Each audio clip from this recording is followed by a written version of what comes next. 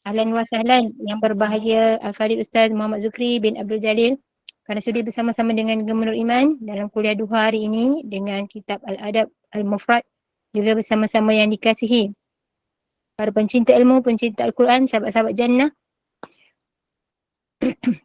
yang dikasihi dan dirahmati oleh Allah Subhanahu Wa Taala. Terima kasih kepada Gemenur Iman, tim pengurusan Gemenur Iman yang dipimpin oleh pengerusi Puan Rosniati binti Mansur dan staf pentadbiran Gemenur Iman. Jadi bagi memberkati majlis kita pada pagi ini, mari sama-sama kita bacakan Ummul Kitab yang akan dipimpin oleh Al-Fadhil Ustaz untuk kita hadiahkan kepada baginda Rasulullah sallallahu alaihi wasallam, ahli keluarga baginda, para sahabat, para sholihin, syuhada, alim ulama, guru-guru kita, ahli keluarga kita serta muslimin dan muslimat sama ada yang masih hidup maupun yang telah kembali ke rahmatullah. Al-Fatihah. أعوذ بالله من الشيطان الرجيم بسم الله الرحمن الرحيم الحمد لله رب العالمين الرحمن الرحيم مالك يوم الدين إياك نعبد وإياك نستعين اهدنا الصراط المستقيم صراط الذين أنعمت عليهم غير المغضوب عليهم ولا الضالين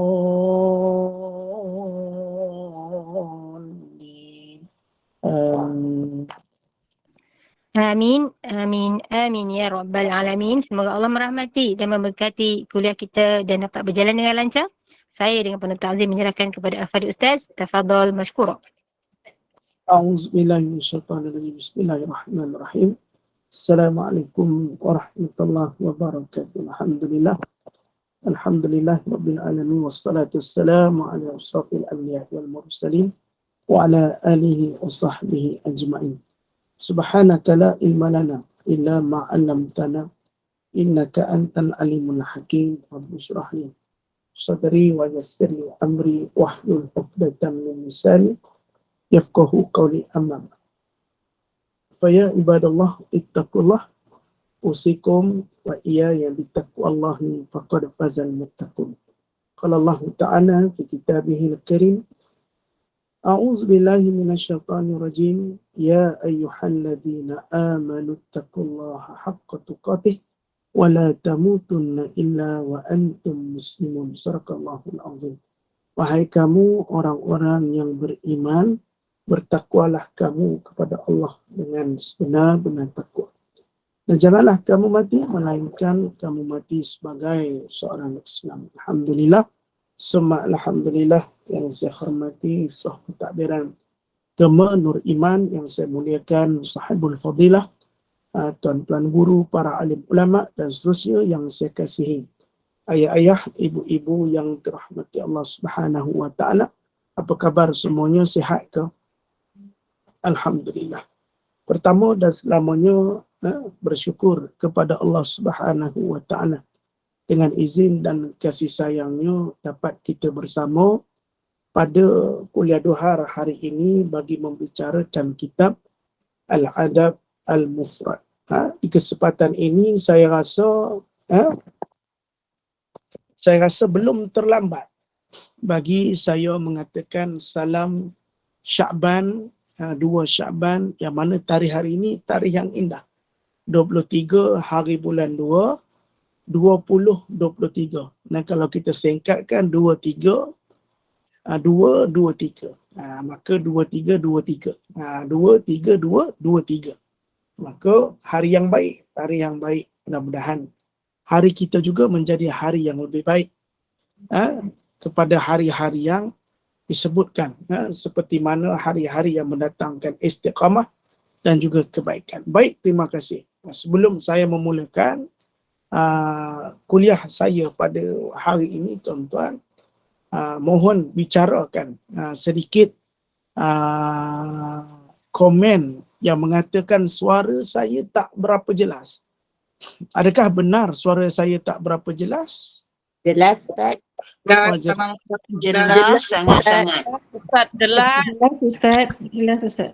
Jelas Terima dari kasih. Bandar Kebegawan, Ustaz. Ya, saya. Terima kasih bonda-bonda JB pun jelas suara Ustaz. Abang Jelas. Ya, dekat JB pun jelas suara Ustaz. Baik, Alhamdulillah. Terima kasih. Sebab saya nampak komen tadi. Ada yang mengatakan tak jelas. Lepas tu saya tanya, mungkin dia saja tak jelas atau semua. Mungkin yang tak jelas tu minta keluar balik dan masuk kembali. InsyaAllah akan mendengar suara saya yang jelas, yang cute dan juga comel. InsyaAllah. Baik. Okay, baik. Hari ini Ibn Rahmati Allah Subhanahu Wa Ta'ala. Hari ini, ada orang call pula lah. Sekejap.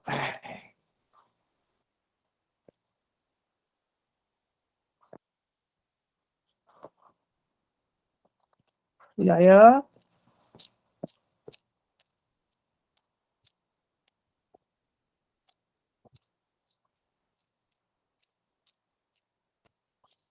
Okey.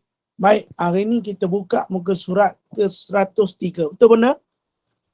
103 bukan 130 tetapi 103. InsyaAllah. Betul. Semua 3. Hari ini 23, hari bulan 2, 23. Kita punya kitab pun muka surat 103. Dan hari ini ramai yang berbaju merah. Masya Allah. Dan perlulah diingatkan, kita juga harus kahwin 3. Masya Allah.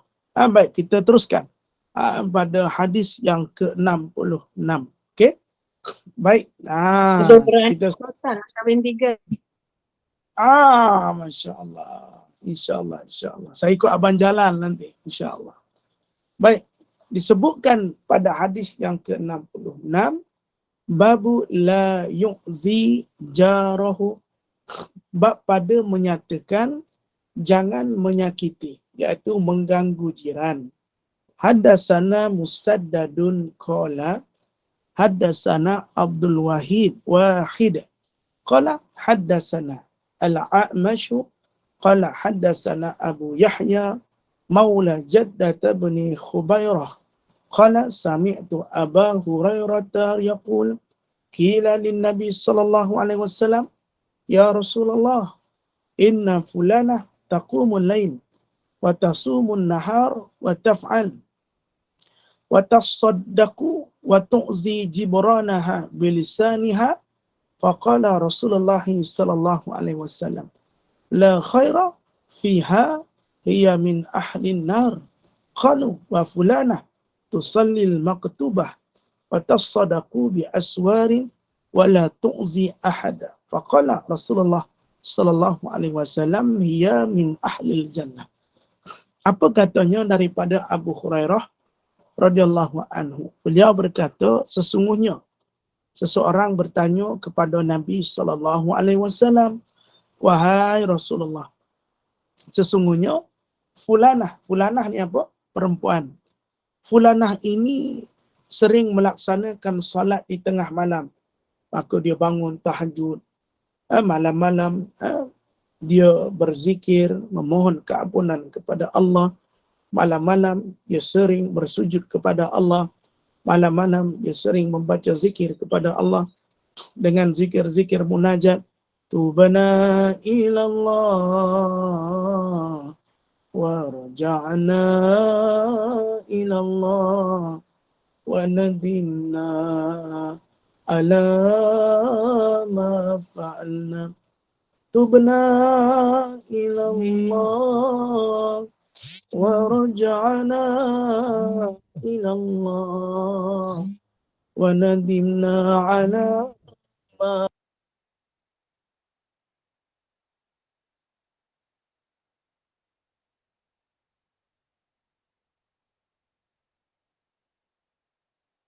Ustaz off kan ke line akak yang sangkut? Itulah, senyap Sama kita lah bertiga. Sama Okey, kita. Alright. Baik. Kenapa suara Ustaz hilang tadi. La ilaha illallah. Hilang ke mana? Saya di sini. Di angkasa. Oh, okey, baik. Hilang lah, penat aku zikir munajat. Okey, baik. Melaksanakan salat di tengah malam dan berpuasa sunat di siang hari. Mengadu tentang fulanah, dia salat di tengah malam dan berpuasa sunat di siang hari. Dia juga berbuat baik dan bersedekah tetapi lidahnya, nampak? Lidahnya sering menyakiti atau mengganggu jirannya. Maka kata Rasulullah SAW menjawab, tidak ada kebaikan di dalam dirinya dan dia adalah ahli penghuni neraka. Nampak? Perempuan ni diceritakan kepada Rasulullah, ya Rasulullah, dia ni satu orang yang sangat baik. Ya? Dia satu orang yang sangat baik. Dia pada siang hari, tuan-tuan, siang hari, malam hari dia solat. Maka siang hari dia berpuasa. Tetapi ya Rasulullah, mulut dia ni menyakiti jirannya. Ataupun sebab mulutnya buatkan jiran jadi tak senang. Boleh faham tak? Maknanya jenis cerita mulut dia ni mulut puaka lah senang. Ataupun kata orang mulut cabai. Mulut cabai ni macam mulut api. Ataupun kata orang mulut murai. Kalau dia bersuara mesti datangkan masalah. Mestilah begitulah. Maka ditanyakan perempuan semikian kepada Rasulullah SAW. Maka kata Nabi SAW, dia ni bukanlah di kalangan ahli syurga, tetapi dia ni di kalangan ahli neraka. Sebab itu tutur bicara kita dengan jiran-jiran mesti dijaga. Sebab selain menjaga perasaan kita, kita perlu juga menjaga perasaan orang lain. Faham? Bukan maknanya kita kena jaga hati kita, pada masa yang sama kita mengata sesuatu yang tak baik kepada orang lain. Faham? Bukan bermakna satu hari itu kita, tuan-tuan yang dirahmati Allah, kita baik. Kita baiklah. Tetapi kita mengatakan sesuatu yang tak baik pada orang. Kita jaga hati kita, berkehendak atas keinginan kita. Tapi hati orang lain tak dijaga. Kan? Maknanya di sini kita ambil sesuatu iktibar dalam hadis ini. Maknanya rugi bagi orang tu. Dia ni satu orang yang hebat ibadah, rajin bersedekah. Tapi sebab mulut dia saja, habis amalan-amalannya telah hilang. Sebab itu antara mereka-mereka yang disebutkan Allah sebagai yang muflis di hari akhirat, adalah mereka itu yang muflis di hari akhirat adalah mereka itu yang mulutnya itu berkata yang sia-sia, berkata tentang perihal orang lain, menfitnah, mengatakan dusta, ataupun kita panggil buhtan, membawa berita-berita yang tak menarik. Ini semua adalah salah satu sifat yang tak baik. Bahkan boleh memindahkan dosa kita, memindahkan pahala kebaikan kita kepada orang yang kita katakan tadi. Sebab itu hidup berjiran mesti bertegur sapa. Sebab itu hidup berjiran mesti dengan ungkapan yang baik-baik supaya dijaga hatinya, supaya dijaga juga hati kita. Tapi Ustaz, saya menjaga tutur bicara saya, tapi jiran saya selalu katakan sesuatu yang menyakitkan hati saya. Terserah, tuan-tuan. Sebab Nabi dah sebut dah, orang sedemikian ahli neraka. Kerana apa? Perbuatan, percakapannya ataupun tegurannya adakala mendatangkan sesuatu yang tak baik kepada kita. Sebab tu bila kita nak bercakap dengan orang, sebab tu bila mana kita nak bercakap dengan seseorang, jiran ataupun siapa saja, mestilah percakapan kita itu percakapan yang baik, percakapan yang mendatangkan manfaat, bukan sesuatu percakapan yang mendatangkan satu keburukan dan satu situasi yang tegang, sambil terlupa bahawasanya kita ini adalah berjiran. Bayangkan kalau berjiran itu selama 15 tahun tak bertegur sapa. Bayangkan jiran itu selama 31 tahun tak bertegur sapa. Bayangkan hidup berjiran, asbab daripada mulut sampai hari ini tak memandang wajah mereka. Asbab daripada mulut. Sebab tu hari ini kalau kita duduk berjiran, kalau kita duduk dengan kawan-kawan, tak kira siapa, cakap mesti mau baik mah. Nanti orang baik, cakap baik, orang tayang. Bila orang tayang, orang hati senang. Kita pun jadi senang. Tapi lu punya mulut busuk seperti longkang. Kalau busuk seperti longkang, orang pun tak mau kawan. Dekat pun tak mau, Allah tak sayang. Allah tak sayang. Maka orang tak suka, Allah tak sayang. Allah sayang, orang pun sayang. InsyaAllah. InsyaAllah kita hidup bahagia. Mesti mulut baik kata. Mulut kasih jaga, mulut kasih tutup. Ada benda cakap, tak ada benda diam. Kalau cakap, senang orang, kasih cakap. Tapi kalau mesti kita kena faham. Wallahu a'lam. Wallahu a'lam. Mudah bagi cerita kita. Kerana apa? Kita ni manusia. Kadang bercakap tu terlepas pada batasnya. Tak sedar. Kan? Tak sedar. Tak sedar. Wallahu a'lam. Saya memang mu'alaf. Dulu saya keturunan Perancis. Saya convert lah jadi orang Melayu. Dulu Perancis. Kan sebab tu muka macam ada Justin Bieber. Kan? Ala-ala Justin Bieber. Yo, what's up bro? Okay, baik. Maka, tuan rahmati Allah. Maka, para sahabat lalu berkata, terdapat wanita lain. Dia hanya melakukan salat fardu dan bersedekah dengan gandum. Namun dia tidak menyakiti jirannya. Okay? Rasulullah SAW bersabda, dia adalah daripada penghuni syurga. Maksud di sini tuan-tuan, kita ni banyak amal tapi mulut tak jaga tak bagus. Walaupun amal sedikit, menjaga mulut itu lebih baik. Maka mulut ni Allah beri pada kita bukan untuk bercakap pasal orang lain. Mulut ni Allah beri kepada kita untuk kegunaan akhirat. Untuk kegunaan dunia. Dunia banyak kegunaannya. Untuk akhirat, untuk kita baca Quran. Untuk kita untuk baca Quran, untuk kita baca hadis, untuk kita solat, kan? Ni mulut kita ni bukan untuk mengata pasal orang.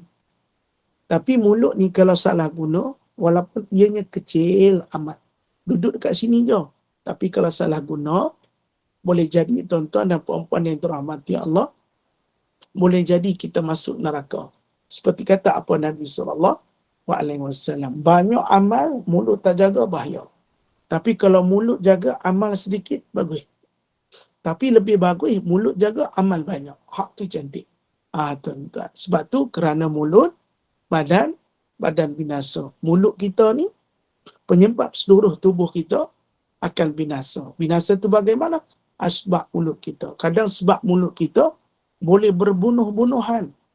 Sebab daripada mulut kita boleh pukul-memukul. Sebab daripada mulut kita adik-beradik tak bertegur siapa selama lama-lama tahun. Disebabkan mulut kita habis rosak apa yang sesuatu benda sebab mulut kita je. Tuan-tuan. Kadang mulut kita membawa berita tak baik, bercakap sesuatu yang melagakan orang, mulut kita juga.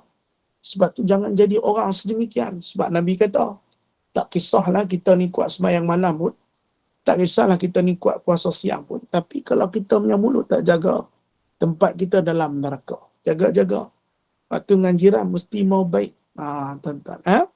Itu jari abang Jalal kata tu status. Tuan-tuan. Tapi jari ni pun boleh jadi. Kalaulah jiran kita tu adalah orang yang add Facebook kita, kita pun bercakap mengenai jiran. Kena pada dia. Maka sesuatu. Bukan nak kata jiran. Kalau dalam Facebook ni, tulis sesuatu yang tak baik ataupun membuka aib ataupun mencela, menghina orang, tu sudah menjadi satu dosa. Tuan-tuan dirahmati Allah. Sebab tu, jari kita ni, tuan-tuan dirahmati Allah, kan? Jari kita ni, tu dia. Jari kita ni, dia lembut sangat. Tapi bila dah digunakan, boleh jadi baik, boleh jadi tak baik. Jari ni, jaga-jaga. Adakala jari ni, kalau dia bagus, dia boleh guna untuk kebaikan. Maknanya jari ni, walaupun dia duk senyap saja, kalau dia bergerak, boleh jadi baik, boleh jadi buruk. Walaupun jari ni duk kat kita saja, duk kita genggam, duk kita ni. Tapi bila benda tu dah jadi benda yang sesuatu besar, dengan jari kita boleh menjadikan satu bencana besar. Sedangkan Allah kata dalam Quran, bahasanya berlakunya musibah-musibah ini adalah daripada tangan-tangan manusia yang menghancurkan, melakukan kerosakan di atas muka bumi. Tengok tangan kita. Hari ni kalau kita hitung tangan kita ni banyak dosa. Like gambar seksi, tulis benda tak betul, tulis benda yang menyakitkan hati, benda-benda komen yang tak munasabah. Ni semua daripada jari kita. Jari ni ada 10. Ada tak 10? Tuan-tuan. 10 ni bahaya. Ada kalanya ia mendatangkan mudarat yang besar. Sebab tu kena jaga. Lepas ni kalau nak cakap, datang manfaat, cakap. Kalau tak datang manfaat, diam-diamlah. Kalau katakan sesuatu itu perkara yang buruk, maka hindarkan. Lebih baik buat benda-benda yang baik, tasbih ke, berzikir, bermunajat, ataupun apa yang boleh dilakukan dengan mulut kita. Wallahu a'lam. Ada yang sebelah jari, tu wallahu a'lam lah. Itu nama orang yang bertuah ada lebihan jari. Tak apa. Tapi apa sekalipun berkaitan dengan lidah amat bahaya. Walaupun orang itu hebat dalam ibadahnya. Tapi sekarang orang jarang berkata, tetapi sampai menyampai melalui media sosial. Itu juga adalah sesuatu yang amat bahaya. Kerana media sosial ini lebih banyak penyebarannya berbanding dengan kata-kata dahulu. Kalau kita mengumpat daripada Ummah Mak Milah dengan Mak Mah sampailah Kak Mak Senah. Tapi hari ini kalau kita mengumpat dalam FB, bukan sampai Mak Milah, Mak Jemah dengan Mak Senah, sampai ke satu Malaysia boleh dengar fitnah kita. Sampai satu Malaysia boleh tahu cerita kita. Sebab tu orang-orang dulu fitnah sebelah-sebelah jiran je. Bagi tahu Mak Milah, ni aku nak bagi tahu satu cerita ni, contohlah kan. Lepas tu dia pula cerita Mak Jemah, Mak Milah ni dah dengar, dia cerita pula dengan Mak Senah kan. Bila dah cerita dengan Mak Semah, ada cerita dengan Mak Zainab. Bila dah cerita dengan Mak Zainab, dia menyampai-nyampai saja. Tak luas. Tapi dalam konteks media sosial, dia luas. Sampai pula dekat Mak Jaimah. Last sekali dekat Mak Zainab. Mak Zainab pun kata, siapa yang mati dulu? Sido ke si Minah? Maka si Milah ni pun kata, Sido dulu yang mati. Tapi sini kata, si Milah yang mati dulu. Yang mana mati dulu? Sido ke si Minah? Kalau Sido dulu mati. Bukan si Minah. Lama-lama jadi pertikaian. Kenapa? Kerana berita sampai-sampaian. Tapi hari ni, dalam Facebook, orang jauh-jauh pun boleh tahu. Luar daripada kawasan pun kita tahu. Sebab impak pada fitnah dalam media sosial. Wallahu a'lam. Yang penting siapa mati dulu? Si Minah ke Sido? Saya pun lupa. Wallahu a'lam. Itulah yang disebutkan dalam hadis Nabi sallallahu alaihi wasallam. Insya-Allah. Itu berkaitan dengan apa yang disebutkan tentang mulut tadi. Ada soalan daripada ibu-ibu?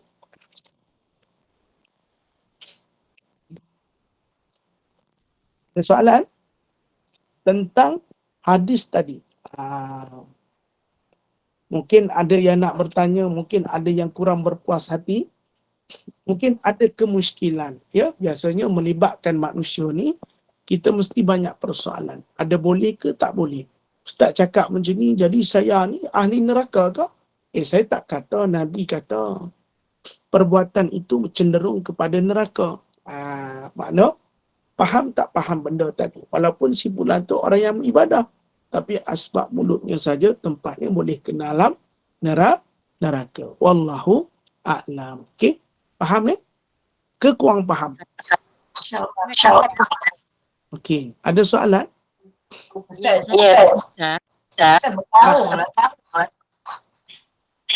Jauh?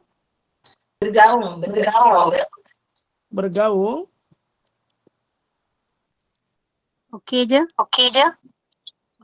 Ustaz punya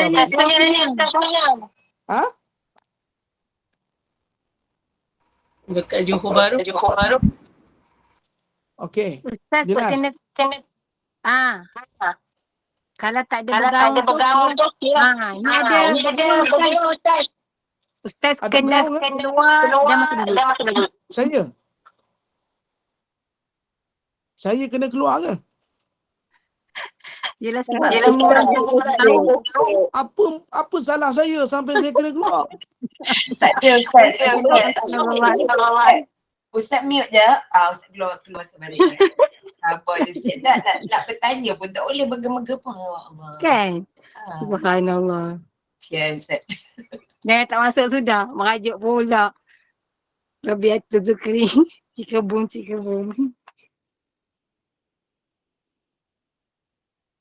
Dah, Ustaz tak masuk dah. Masuk. Sekejap. Masuk dah. Jangan merajuk Ustaz. Okey, boleh. Alhamdulillah. Faham? Alhamdulillah. Dia bergema. Tak tadi macam dalam gua Ustaz. Biasalah. Abang jalan, jom. Bergema takbir di pagi raya. Menyambut syawal.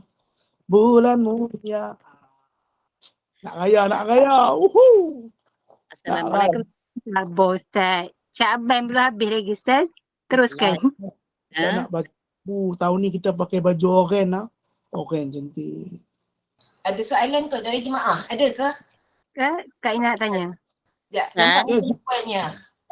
Puan Siti Sebab saya, Asal ada. saya nak masuk ahli baru ni, ada nak tanya ke? Ya. Kita Ya, ni saya, tak mengumpat. Tapi kita baca je dekat media sosial ni lah kan. Macam WhatsApp tu kan. Tapi kita tak adalah nak disampaikan kat orang. Cuma kita baca je. Lepas tu kita buang macam tu je. Kalau kita mengumpat ke apa Ustaz? itu tak apa kalau kita baca tapi kita tak sebarkan. Kita baca je. Sebab benda itu fakta. Tapi jangan percaya. Sebab kata Allah dalam Quran, fatabayuna. Iaitu tabayun dulu. Jangan sebarkan. Boleh jadi satu berita itu tak betul. Maka jangan kita terus sebarkan. Baca tak apa. Tapi jangan sebarkan. Kalau kita sebarkan dan berita itu ternyata palsu. Kalau ianya benar, kalau menjadikan aib sudah menjadi satu dosa. Maka cukup memadai kita baca ataupun baca lepas tu lepaskan. Kerana ia tak ada kaitan dengan kita. Sesuatu yang boleh membahagiakan diri kita, bila kita baca dan tak ada kaitan dengan kita tinggalkan. Selesai. Tuan-tuan. Pergilah makan nasi goreng Pattaya ke. Terima kasih. Makan motong ke. Istilah mudah yang boleh kita fahami. Insya Allah. Okey, selesai. Ada lagi nak tanya soalan tentang hadis tadi? Ustaz, ni tentang lidah yang menyakiti ni kan. Saya nak cerita diri saya lah. Saya ni seorang yang bercakap, tone dia kadang macam kasar. Kasar satu, suara tu memang tak tahu nak lembut. Dan saya ni direzekikan jaga mak. Selalu macam mak, garangnya mak. Mak selalu bercakap saya macam, dia macam ni, menegur mak tu. Saya tak dapat nak buat tone yang lemah lembut Ustaz, sebab itu azalinya. Tapi itulah bukanlah sampai di hati macam benci ke marah mak. Macam mana Ustaz nasihat sikit? Terima kasih. Dia kata Ustaz, maaf nak abang satu benda boleh ke? Dia kata, saya ni lagu ni lah Ustaz. Bila cakap ni memang jenis kasar. Kalau orang duduk pakat dengar fikir saya nak bergaduh.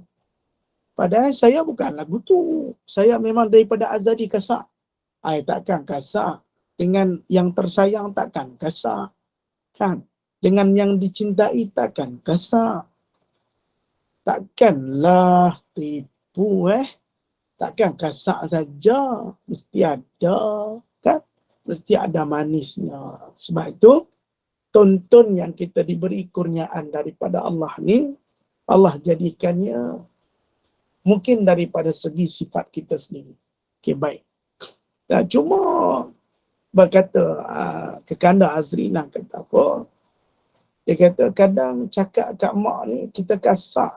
Yalah. Mungkin Kekanda Azrina orang mana? Saya dibesarkan kat Ipoh, tapi mak dengan abah dulu orang Kedah. Dalam rumah speaking Kedah. Kalau orang Kedah lagu tu dah. Kan? Dia jawab lagu tu kasar. Tapi jangan kasar sangat. Kita orang perempuan kena ada lembut. Aduh, tak reti. Kasar sangat. Kita mesti ada antonasi dia. Mesti ada antonasi bila berkata. Lepas tu kata orang sopan santun. Anak Melayu datang meminang si anak dara. Tu istilah kata paling cantik bahasa yang saya sebut lah. Tuan-tuan, kepada kekanda Azrinakum. Mungkin Allah jadikan kita nampak kasar, tetapi sebenarnya kita lembut di hati. Cuma mungkin kita boleh pelajari daripada segi public speaking, ataupun kita panggil public relationship. Bila kita ada tutur bicara yang indah, orang lebih mudah mendekati. Bila kita ada lebih tutur bicara yang lebih cantik, lebih mudah disayangi. Bukan kita tak disayangi. Kadang-kadang suara yang kita orang dengar di sekeliling kita ni menyebabkan kita was-was bila nak bercakap. Ada kalanya kita rasa okey je, tapi orang terasa dengan kata-kata kita. Maka mungkin kekanda Azrina boleh belajar cara untuk merendahkan intonasi.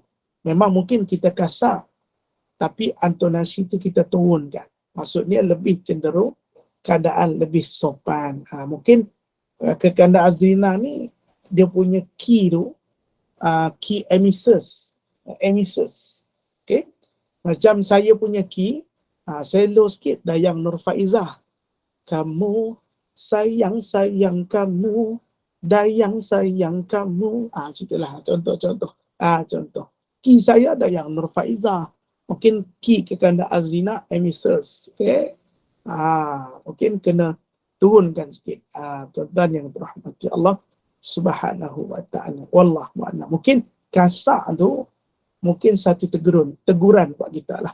Tapi kekanda kena slowly. Ada masa boleh kasar, ada masa kita kena slowly supaya orang lebih mudah untuk mendekati. Baik, macam ikut saya punya suara, okey. Saya style Nora Danis, kita enjoy kan gitu. InsyaAllah. Baik, mudah-mudahan kita dapat bersama memahami apa yang ditanyakan oleh kekanda Azrina kan. Mudah cerita, sopan santun kita, lemah lembut bicara, itulah orang Melayu kita. Tapi ada kalanya orang Kedah ni memang kasar. Tapi apa cara sekalipun kita mesti belajar cara untuk public speaking ataupun public relationship. Cara kita mengendalikan hubungan kita dengan orang yang lain. InsyaAllah. Yang penting kata Nora Danis, kita enjoy gitu. Wallahu a'lam. Terima kasih. Baik. Soalan yang berikut. Allahumma salli ala sayyidina Muhammad. Abang Jalal peminat Dayang Nur Faizah ke? Bukan. Betul Encik Jalal. Saya kahwin dengan orang Melaka. Kasak mereka cakap macam nak gaduh. Saya kadang-kadang takut. Ya. Kalau orang Melaka ni dia suka hawau gitu. Itulah caranya nak buat macam mana. Tapi dia dah istilahnya begitulah. Dan dia kata, Ustaz, bagaimana cara yang paling baik untuk menegur dengan berhemah agar sahabat kita tak tersinggung dan terasa hati. Maknanya, cara yang baik untuk menegur. Tegurlah dengan hikmah. Sebab Allah pun pesan dalam Quran, bil hikmah. Tegur dengan hikmah. Tegur itu ada dua cara. Yang pertama, tegur yang baik adalah secara sembunyi-sembunyi, agar aibnya tidak diketahui. Dan yang kedua, tegurlah dengan niat kerana Allah, agar sahabat ini dapat mengubah dirinya. Bukan tegur untuk supaya kita nampak baik. Tegurlah kerana Allah. Kerana kita semua sama-sama nak masuk ke dalam surga. Tegur bukan hardik. Tegur bukan menghina. Tegur untuk memperbaiki. Salah tegur, salahlah caranya. Kalau betul tegur, betullah caranya. Ingat, tegur kita bukan untuk menjauhkan, tetapi semakin mendekatkan. Maka cara itu bergantung pada kita melihat situasi pada keadaan. Wallahu a'lam. Itu yang terbaik bagi saya yang dapat jawab. Iaitu Bonda Narini. Dan dia kata, Ustaz, kena ada ilmu. Sweet sangat Puan Zari, terima kasih. Baik. Itu orang Melaka sebelah bandar, sebelah negeri Alor Gajah tak ada hawau. Hawau ni Encik Jalan. Saya ni dilahirkan di Singapura. Okay. Saya kat Singapura jauh. Saya orang Melaka tak kasar lah Ustaz. Orang Melaka cantik. Orang Bandar Hilir power. tuan-tuan. Asam pedas encing gini, tuan-tuan. Oh, orang Melaka. Sebab saya pun orang Melaka tak cakap hawau. Saya yang kata hawau. Tuan-tuan. Wallahu a'lam. Ya? Maka hawau. Hawau ni apa? Tak tahu saya nak sebut lagu mana hawau ni. Tuan-tuan. Okey, baik. InsyaAllah. Selesai. Okey, baik. Kita sambung sikit lagi. Dalam muka surat 105. Ni antara ialah kadang pertuturan kita tak perasan menyakiti perasaan orang lain. Apa cara sekalipun kekanda Azrina yang bertanya tadi, kita boleh ubah. Selagi mana kita mampu mengubahnya. Kalau kita ubah, ada kala orang semakin sayang. Ada orang lain yang akan sayang kita. Lama-lama menjadi hidup semati dengan kita. Tinggal asbab kata-kata kita. InsyaAllah. Wallahu a'lam. Terima kasih. Boleh? Kita sambung. Terima kasih banyak. Baik. Terima kasih. How are you? Cantik. Cantik Banjalal. Cantik. Okay, baik. How are you? How parok. Nah, itulah. Tuan-tuan rahmati Allah. Okay, baik. Kita akan sambung sikit hadis daripada Umarah ibn Ghurah bahawasanya ibu saudara sebelah bapanya telah menceritakan kepadanya bahawasanya dia telah bertanya kepada Aisyah Ummul Mukminin, sesungguhnya suami salah seorang di antara kami menginginkannya, akan tetapi dia tidak mahu, mungkin kerana marah atau mungkin kerana tidak berkeinginan. Apakah itu dosa bagi kami? Aisyah telah berkata, ya, sesungguhnya di antara haknya suami ke atas engkau bahawa sekiranya dia menginginkan jima sedangkan engkau di atas katab pelana tempat duduk tertutup di atas unta, jangan engkau menghalangnya. Ini haklah. Ini cerita. Faham-faham sendirilah. Ini kehendak akan suami yang menginginkan jima kepada isterinya. Dia berkata, aku telah berkata kepadanya, jika salah seorang di antara kami haid ni datang bulan, tidak ada baginya dan bagi suaminya melainkan satu tempat tidur dan satu lihaf, iaitu selimut. Apa yang perlu dilakukan? Aisyah radhiyallahu anhu telah menjawab. Maknanya dia ceritalah kepadanya, Ummu Aisyah pun dia tanya tentang seorang perempuan yang datang haid, macam mana nak menggauli suami sebab tidak boleh bersama. Maka Aisyah pun kata, ketatkan ikatan kain pembalutnya lalu tidur bersamanya. Tuan-tuan. Maka bagi suami apa yang ada di atas itu serta bahawa aku akan beritahu kepada engkau apa yang dilakukan Nabi SAW. Okey, ini diajarkan oleh Aisyah ketika mana Aisyah datang bulan, bagaimana Rasulullah Aisyah melayani baginda Nabi SAW. Maka lalu aku telah menggiling gandum. Sesungguhnya adalah satu malam aku bersama baginda Nabi SAW, lalu aku telah menggiling gandum, lalu aku telah membuatkan roti. Maka baginda Nabi SAW telah masuk lantas menutup pintu. Lalu baginda Nabi SAW masuk pula ke masjid. Biasanya adalah baginda Nabi SAW apabila hendak tidur, baginda Nabi SAW menutup pintu, menutup kirbah dan cawan dan memadamkan pelita. Maka aku telah menunggu baginda Nabi SAW hingga baginda Nabi SAW kembali agar aku dapat memberi baginda makan roti pipih yang dibuat oleh Aisyah radhiyallahu anha. Namun baginda Nabi SAW tidak kembali sehingga aku tertidur. Baginda Nabi SAW berasa amat kedinginan, dingin sejuk. Lalu baginda Nabi SAW mendatangi Aisyah dan membangunkan aku. Kemudian baginda Nabi SAW telah berkata, hangatkanlah aku, yakni menghangatkan aku dengan sentuhan kulit. Maknanya Nabi ajak Aisyah radhiyallahu anha bersama. Maka aku telah berkata kepada baginda, sesungguhnya aku sedang haid, iaitu datang bulan. Ni belajarlah, kita belajar ibu-ibu yang dirahmati Allah. Lalu baginda Nabi SAW telah bersabda, sekiranya engkau singkapkan pahamu, angkat sedikit pahamu, Kemudian baginda telah meletakkan pipi baginda dan kepala baginda Nabi SAW di atas pahaku sehingga baginda Nabi SAW merasa hangat. Tiba-tiba seekor anak kambing jiranku masuk menghampiri. Kemudian anak kambing itu telah menuju ke roti tadi.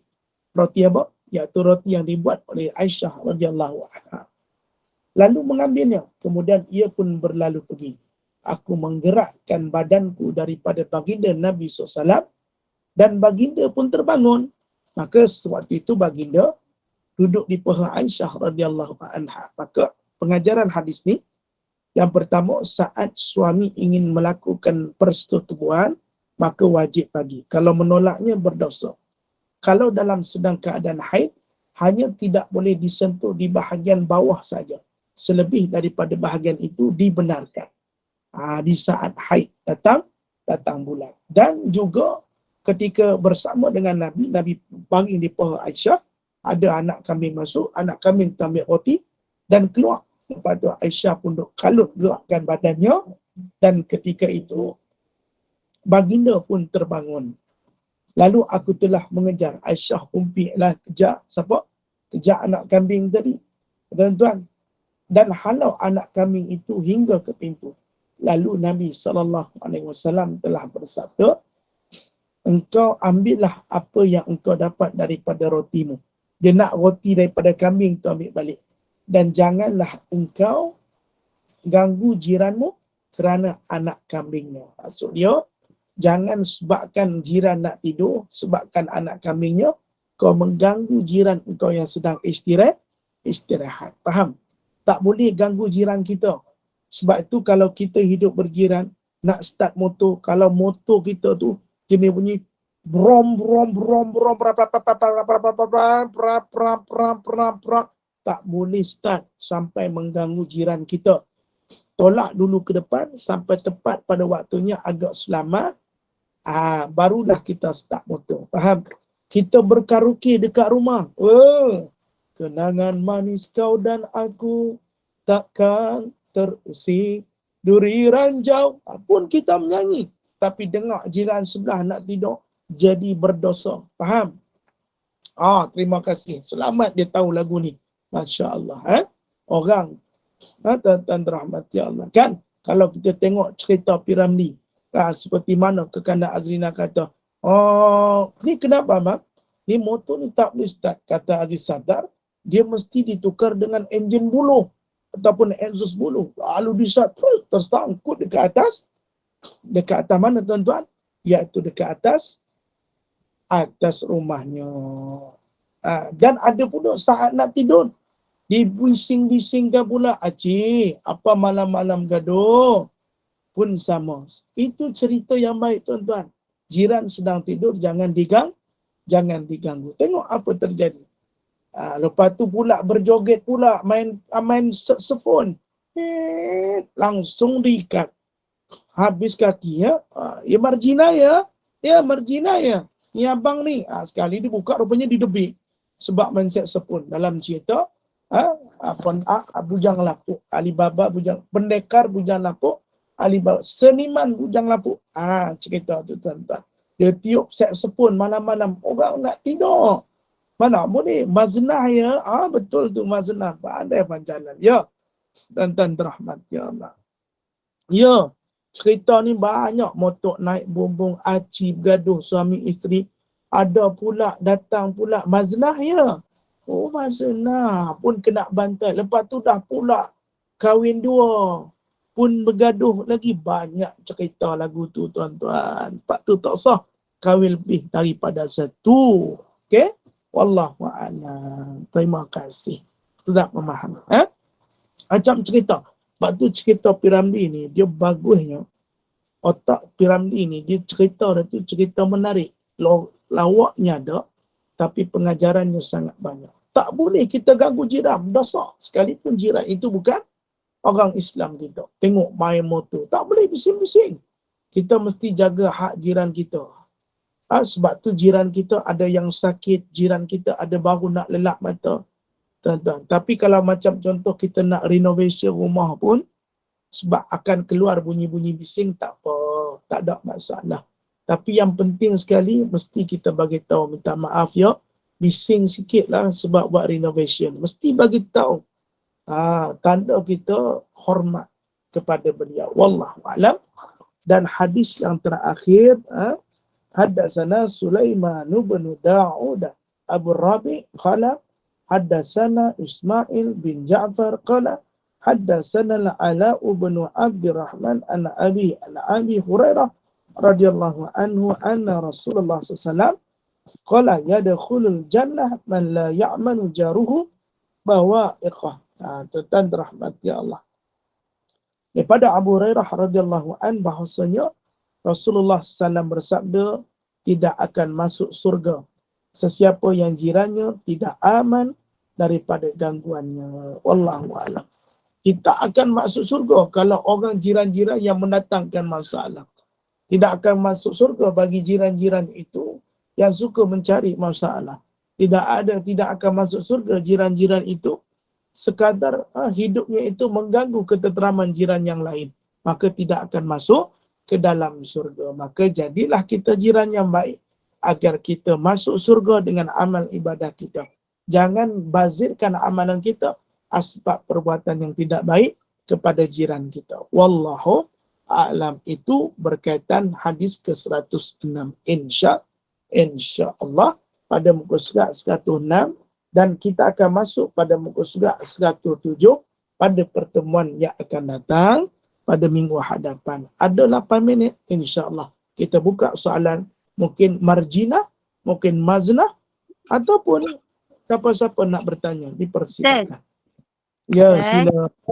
Ya. Okey, kalau jiran kita berniaga hari-hari masakan macam ikan masin contoh dia, cabai kering memang berbau masuk rumah kita lah. Macam mana tu Ustaz? Andai jiran mengeluh atau jiran teringin, berdosa tak? Macam mana tu Ustaz? Okey, baik. Terima kasih. Kata ulama, bila jiran bau masakan kita, sebaik-baiknya berilah kepada mereka. Kalau tak nak bau jiran, kalau boleh jangan bagi tahu jiran. Kesian jiran terasa nanti sebab tak diberi. Kena pula mengandung 3 bulan. Kesian meleleh air luk baby tu sebab tak dapat makan. Tetapi begini, batu apa jua sesuatu yang tidak menyenangkan jiran, ia dianggap sebagai satu dosa. Tetapi hidup kena bertolak ansur. Kalau rumah kita tu memang lagu tu tuan-tuan, orang masak mesti bau. Nak buat macam mana? Tak ada benda yang kita boleh elakkan. Kalau rasa tak nak bagi tahu jiran kat sebelah, buat dapur kat dalam bilik. Buat dapur kat dalam bilik, jangan bagi buka bilik. Buat saja dapur dalam bilik. Apa susah? Kan senang. Tak keluar bau. Maknanya kalau ada rezeki lebih, bagilah sikit. Kalau jiran kita jenis peniaga kan, bau sedap dia orang sedap. Kalau teringin kita pergi beli. Tak ada duit, telan air liuk saja. Takkan nak hari-hari dia bagi. Tapi mungkin itu keadaan sinonim bagi masyarakat di situ. Memang masak akan mendatangkan bau pada orang yang duduk. Sebab tu kalau kita ada masak, kita tak nak bagi bau, kita ada fan kitchen tu. Itulah antara sesuatu kelebihan supaya tak bau. Okey? Maka bagi kita yang masak berniaga hari-hari, kita fahamlah keadaan jiran itu. Tetapi bau yang datang ke rumah kita, itu dia kena ambil perhatian. Kalau ganggu itu memberikan gangguan, maka perlulah dia melakukan sesuatu agar bau itu tak sampai kepada jiran yang melaluinya. Walaupun bau itu sedap, kesian. Mungkin orang tu nak ke tak nak, sebagian ulama kata, kena memberi kepada jiran yang telah membau makanan yang kita masak. Itu saja. Wallahu a'lam. Terima kasih yang bertanya. Maka kalau kita nak masak ke apa, pastikan kena buat sesuatu supaya tak dibau. Takut kan kita ulah kadang ada orang bau diteringin tapi kita tak mampu nak bagi.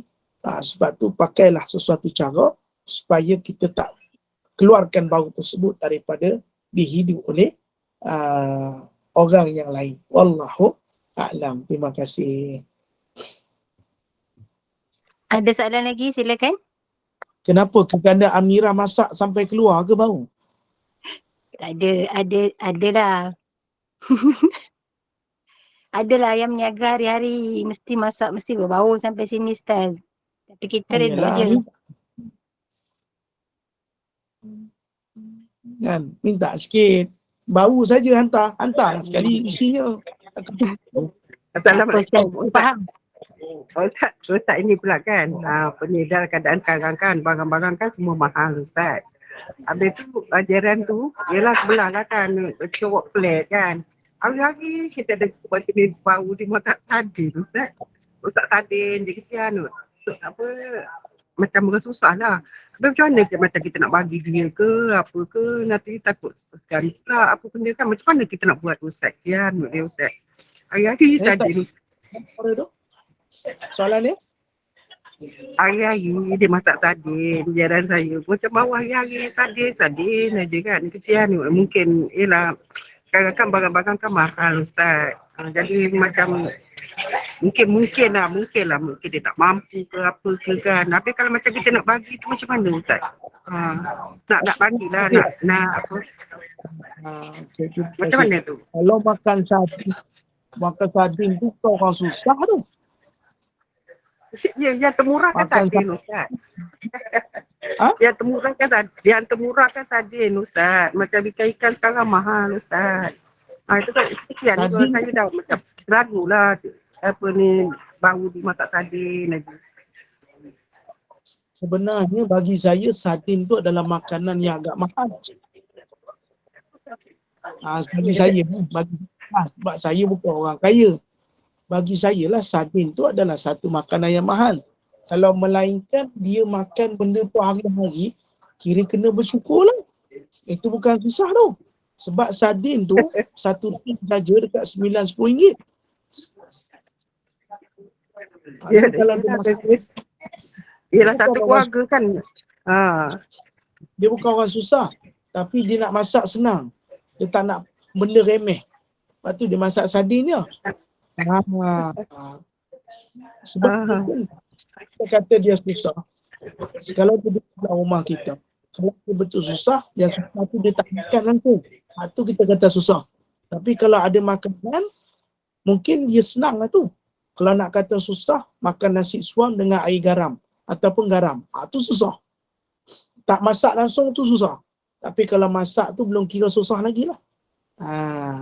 Cuma kalau kita dengar, memang dia susah. Nak benda makan pun tak ada. Maka kita boleh bantu dia. Ni kalau setakat kita bawa tu. Kalau air garam tak berbau Ustaz. Dia hari-hari bau sardin. Mungkin kita tak tahu. Mungkin dia jual kari pak sardin frozen. Yelah tak menyangka Ustaz. Ya tak tu lah. Kira dia senang lah Ustaz dia. Tapi kesian lah kita kesian yang sardin. Yalah. Mungkin lah kita tak pasti ada lauk lain. Cuma dia bukan orang susah lah kalau dia makan sardin tu, insyaAllah. Wallahu'alam. Wallahu'alam. Tapi kalau kita rasa kita nak bagi sesuatu, bagi je. Beras ke, kita nak bagi sardin ke, telur ke, tak apa. Ni ada sikit lah. Tapi jangan kita tegak dia, kecil hati dia. Ni aku ada beli barang sikit, aku tengok hang ni hari-hari makan sardin. Kesian pula aku tengok hang ni. Tak boleh kecil hati dia. Wallahu'alam. InsyaAllah. Baik. Tak, soalan dia Ustaz tu. Cik B. Ya, sabar, jangan marah. Tak marah Ustaz. Ustaz, kita berjiran dengan non-Muslim. Lepas tu hari-hari bertalam bagi. Tak ambil, tak sampai hari. Tak sampai hati. Bagi jiran lagi lah. Tak sampai hati. Lepas tu berdosa tak? Kita buang saja. Miau pun tak larat nak makan dah macam tu Ustaz. Hambak Ustaz. Baiklah, kita kalau dapat makan, pilah bagi kat siapa-siapa. Jangan buang. Kita buang dosa. Faham? Kalau kita rasa makanan tu dah tak larat, pilah bagi kat Pak Gad kau. Dekat mana gad-gad yang kerja siang malam tu, bagi kat dia. Saya selalu buat macam tu. Besar pahala, kita pun tak dosa. Jangan buang kalau boleh. Kalau boleh bagi. Dosa besok kita nak jawab apa dengan Allah di akhirat nanti. Sebab kita membuang makanan. Wallahu'alam. Saya rasa takat tu dulu. Non-Muslimnya masakan, dia ada dua pendapat ulama'. Yang pertama, masakan tu jenis apa? Dia bab masakan ni mesti teliti. kalau makanan tu dia mesti faham sensitiviti agama kita baru dia boleh bagi. Kalau dia tak faham, maka kita tak boleh ambil. Lebih-lebih dalam keadaan binatang sembelihan. Islam sangat teliti bab ni. Cuma kalau dia kata saya faham sensitiviti agama, dia masak bersih, tapi kita kena faham juga kalau non-Muslim ni biasa dia pegang anjing kan, benda-benda sedemikian kita kena faham. Maka kat sini ada pro and kontra. Bukan tak boleh menerima kalau macam dia bagi benda-benda selamat, buah ataupun kuih bulan, cream puff yang mana selamat kita rasa kita ambil. Tapi kalau sesuatu yang kita dapat tu agak datang syak wasangka, ambillah. Tetapi kalau nak menolak, nolaklah dengan cara yang baik. Insya-Allah. Wallahu alam. Saya rasa sekadar itu dululah. Dah pukul 12. Besok kita jumpa lagi pada pertemuan akan datang pada pukul 5 lah kot. 5.10 macam tu. InsyaAllah. Adakah tadarus diadakan pada bulan Ramadan buat Gemah Nur Iman? Ada insya-Allah. Masya-Allah. Masya-Allah. Masya-Allah. Masya-Allah. Alhamdulillah. Baik, kita tutuplah majlis Ustaz ya. Alhamdulillah. Barakallahu fikum. Jazakumullah dan kasih Ustaz. Mudah-mudahan bertambah kefahaman kita. Mudah-mudahan kita lebih menghormati jiran, menjaga mulut kita, menjaga hati kita masing-masing insya-Allah. Izinkan saya buat eban Ustaz sikit. 5.15 petang ni kuliah asal bersama dengan Al-Fadhil Ustaz Abdul Hakim bin Wan Muhammad Nur dengan adab suluki murid. Dan kuliah seterusnya boleh rujuk dekat grup Gemah Nur Iman. Jadi terima kasih kepada tim Gemah Nur Iman, terima kasih kepada sahabat-sahabat pencinta ilmu yang mengimarahkan kuliah kita. Dengan ini saya mewakili Gemah Nur Iman memohon maaf sekiranya ada sebarang kekurangan dan kesilapan. Yang baik itu datang dari Allah, yang tidak baik dan kelemahan itu dari kami sendiri. Kita tangguh kuliah kita. Sebagai untuk majlis, mohon sekali lagi Al-Fadhil Ustaz untuk membacakan tasbih kifarah dan suratul As. Silakan Ustaz. Subhanallahil azim, asyhadu an la ilaha illa anta, astaghfiruka wa atubu ilaik. Bismillahirrahmanirrahim. Wal 'asri innal insana lafi khusr illa alladhina amanu wa 'amilus shalihat wa tawassaw bil haqq wa tawassaw bis sabr. Wabillahi taufiq wal hidayah. Assalamualaikum warahmatullahi wabarakatuh. Terima kasih semua.